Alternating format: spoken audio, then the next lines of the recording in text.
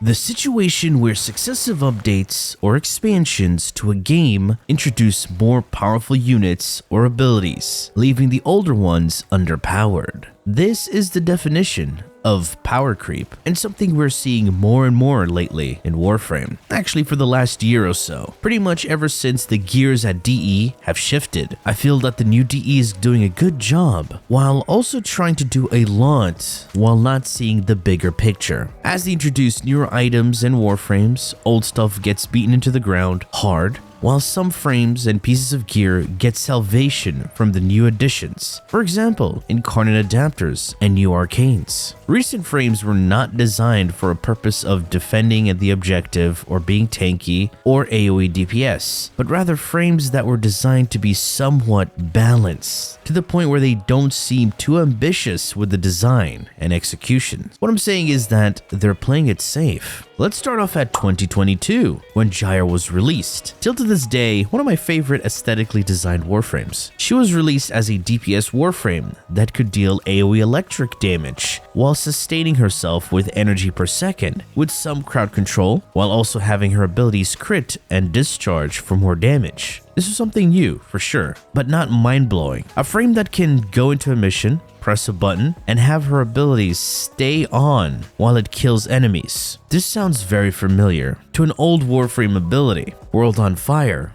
by Ember. And what made it even more hilarious is that they released an augment for her fourth ability to keep it active indefinitely without worrying about energy, as long as she can keep on killing. All you have to do was slap on a helmet onto her, and now she can armor strip and scale her damage, making her pretty similar to a Warframe that was released in August of 2020, Zaku.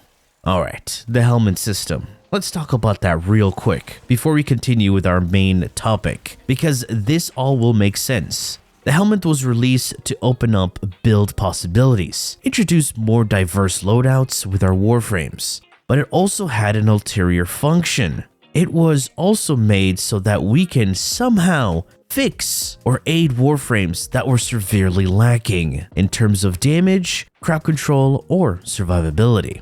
Frames that never had an issue before this were just made better and stronger. For example, Saren, Revenant, and Wisp. And sometimes, the Warframes just had an amazing helmet ability that were just made better on other Warframes, which pretty much killed the use of the original Warframe. Prime example of this is Sevagoth. Barely anyone plays Sevagoth. And for the people who say they do, no you don't. Not even the recent augment could save Sevagoth, as it was just better to have Gloom rather than play Sevagoth himself. Another example of this is Grendel. Now you see, Grendel was reworked to become a phenomenal Warframe, very powerful and had great synergy with his whole kit, but he just wasn't a good Warframe at lower level missions, as enemies he ate would immediately die in his stomach, and he needed these enemies in his stomach to use his other abilities. But his helmet ability Nourish is just better on other Warframes, and other Warframes didn't need to consume an enemy to use this ability.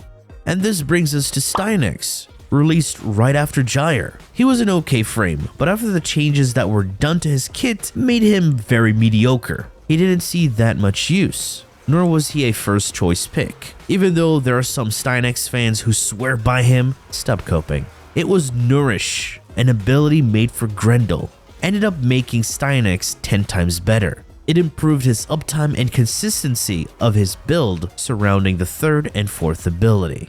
I mean, I did release a video a year ago talking about the 5 worst Warframes, and Grendel was on that list. Good thing he got reworked. But that rework didn't make more people pick him up, but rather pick him up to subsume Nourish. Just because you enjoy something that's considered bad, and it is bad, and others don't want to use it, it doesn't mean you have a hidden gem or it's good in any way. It's just that you're having fun with something that others don't. Because remember, fun is subjective. The devs will keep on releasing things that are stronger than older ones, or have them play it safe.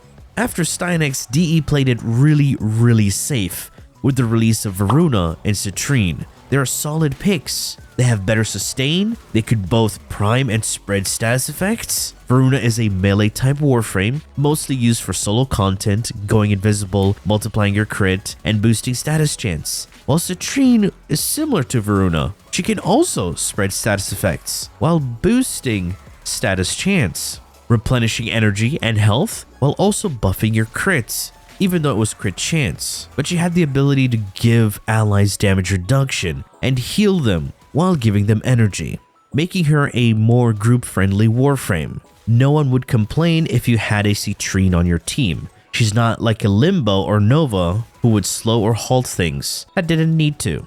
And soon after, we got Kullervo. They tried something different, a melee-focused Warframe. Again, but this time instead of spreading status effects, he could link damage. He could buff his melee's crit, and this crit buff is a helmet ability, allowing frames that could never crit on their melee to end up doing red crits.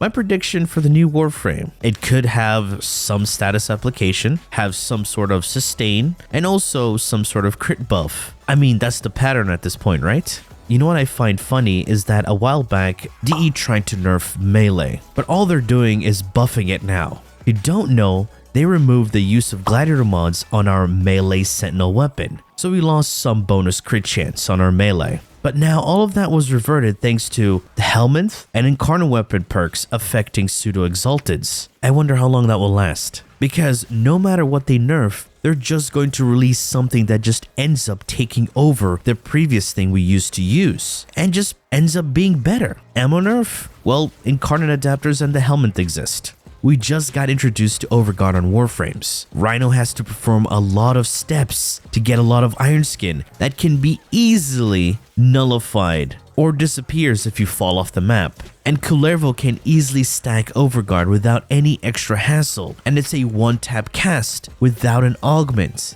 Why does Rhino need an augment to recast his iron skin? Explain that to me, DE. And then we get an augment for Steinx that just makes building up Overguard way more brain dead, because it's also part of his DPS rotation. People who don't learn from their mistakes are doomed to repeat it. With all these things being added and removed, reworked, our view of the game does shift quite a lot. Just another way of saying people haven't changed, the game has. So at this point, what I'm trying to say is that expect something stronger, or even if they change or nerf anything, it won't matter in the long run. Yeah, it literally won't matter, because DE is pretty much embracing power creep. Anyway, folks, that has been it from me. I do hope I've opened your eyes a little bit. What am I saying? This is the Warframe community. A majority of them are very closed-minded. So, if you've enjoyed the video, please feel free to leave a like, share, and subscribe for more Warframe content, streams, and so much more. Do refer to the description. Thanks for watching, and as always, peace. Bye-bye now.